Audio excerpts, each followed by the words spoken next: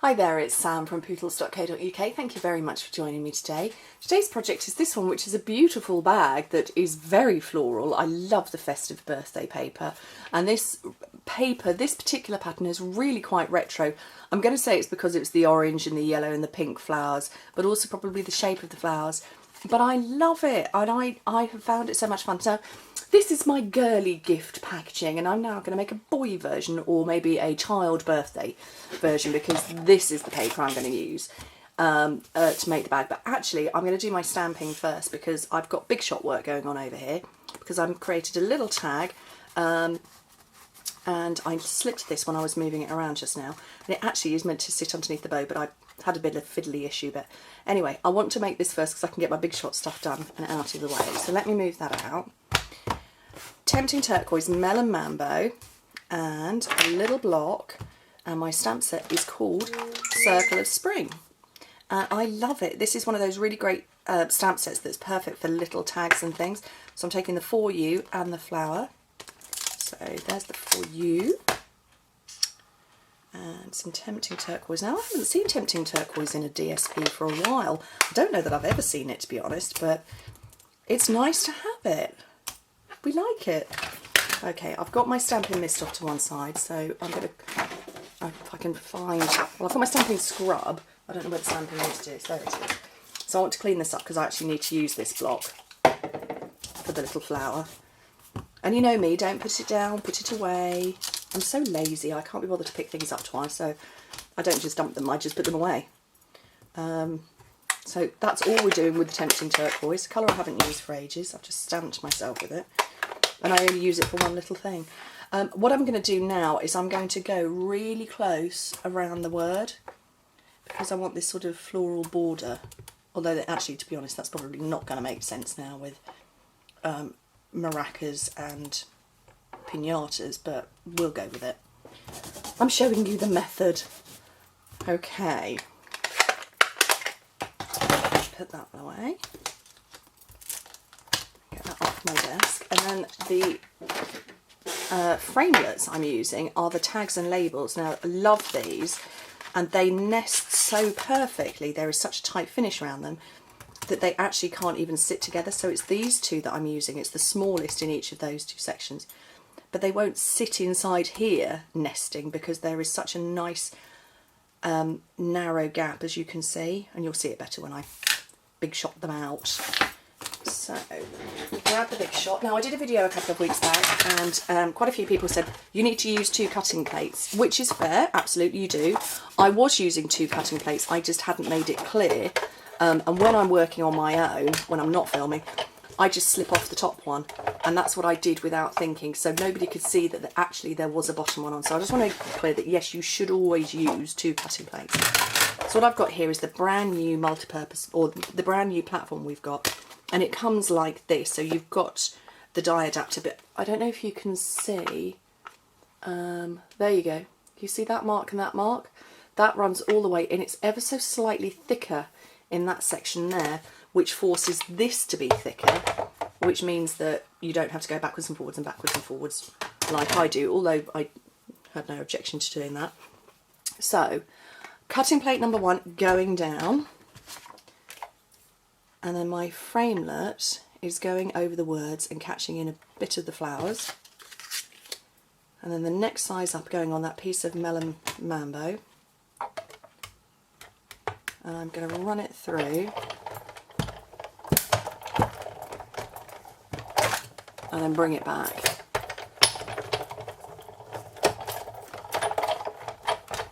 So again, there's my 2 platforms, or my 2 cutting plates. I can move that out of the way, and those have popped out beautifully. There's one, there's the other. Put the framelets back in before I lose them. I think we've all at some point in time lost a tiny framelit, haven't we?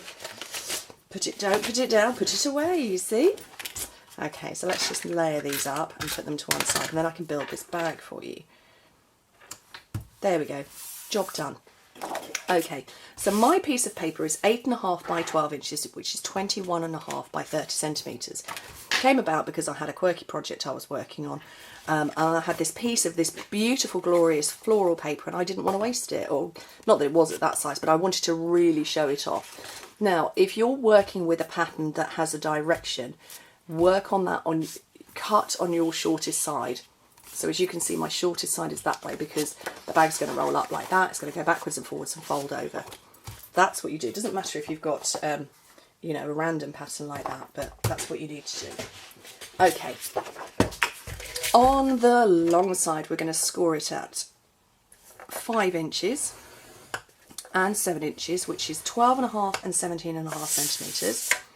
Turn it round, and on the short side, you score it at 2 inches and 6.5 inches, which is 5 and 16.5 centimetres. Now, there's no cutting with this whatsoever. I might make a note of that on my notes so that I remember to put that in the title. I'm doing lots of filming today. Summer holidays are coming, or they might actually have already come on us by the time this comes out to you. I don't know. I'm in a time vacuum. But yeah, I might make a note so that I don't forget. Let me write that down. No cutting. There we go. Okay, so what we're going to do is we're going to make the sides of the box by going like this. So I want this corner here and this line. Let me just flip it around. Autofocus might be useful as well. So if I hold it in the horizontal fashion, I have got essentially a scored square. So I want that edge to meet up to there. So you do it by gently folding, and when it lines up, you get it down on your grid paper or your work surface and you press hard. Okay, so that's what we've done. It doesn't matter if it's on the inside or the outside, we're going to manipulate and fiddle around with it. So I'm going to do the same again over here. So I've got the other side of my square, and I'm going to line it up and squish it down. You could do it, you don't have to do it hanging in the air like I've done it. I'm trying to do it like that so you can see what I'm doing, but you can quite simply just go like this. So marry this one up as well.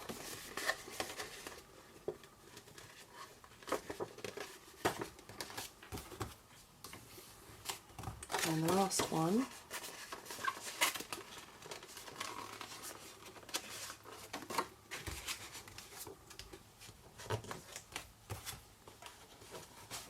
Okay, and you're left with that shape.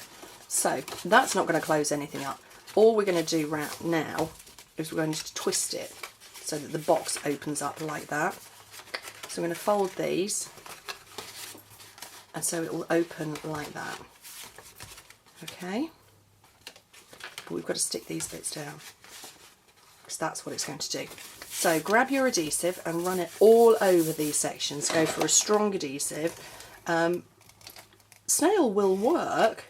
It won't work if the bag's likely to be opened and closed a few times. It will start to twang off, and we don't like that. Don't like adhesive coming off, so better to just start with a strong adhesive. And super easy. Fold it over and push flat. So it's one of these ones you can make it in advance, to be fair, at this point, and it will close up. Now you could stop there, but I didn't want to do that. So this one that is the right way round, that is actually going to tuck in there. And this one is going to come round, and your darling little pinatas are the right way up. So what you're doing, so you can see these are the right way up, and that would be upside down. But because it's folding all the way over, put the ones that the right way up, tuck it inside, and then bring it round, and then those will be the right way up. How cute is that? And it kind of makes a bit of a boat shape. So grabbing my Bermuda, no, it's not Bermuda Bay, it's Melon Mambo what's it called? Stitched ribbon. I'm going to come around 3 times and aim to get my bow in the correct place this time, because I didn't when I opened it up. So 1, 2, 3.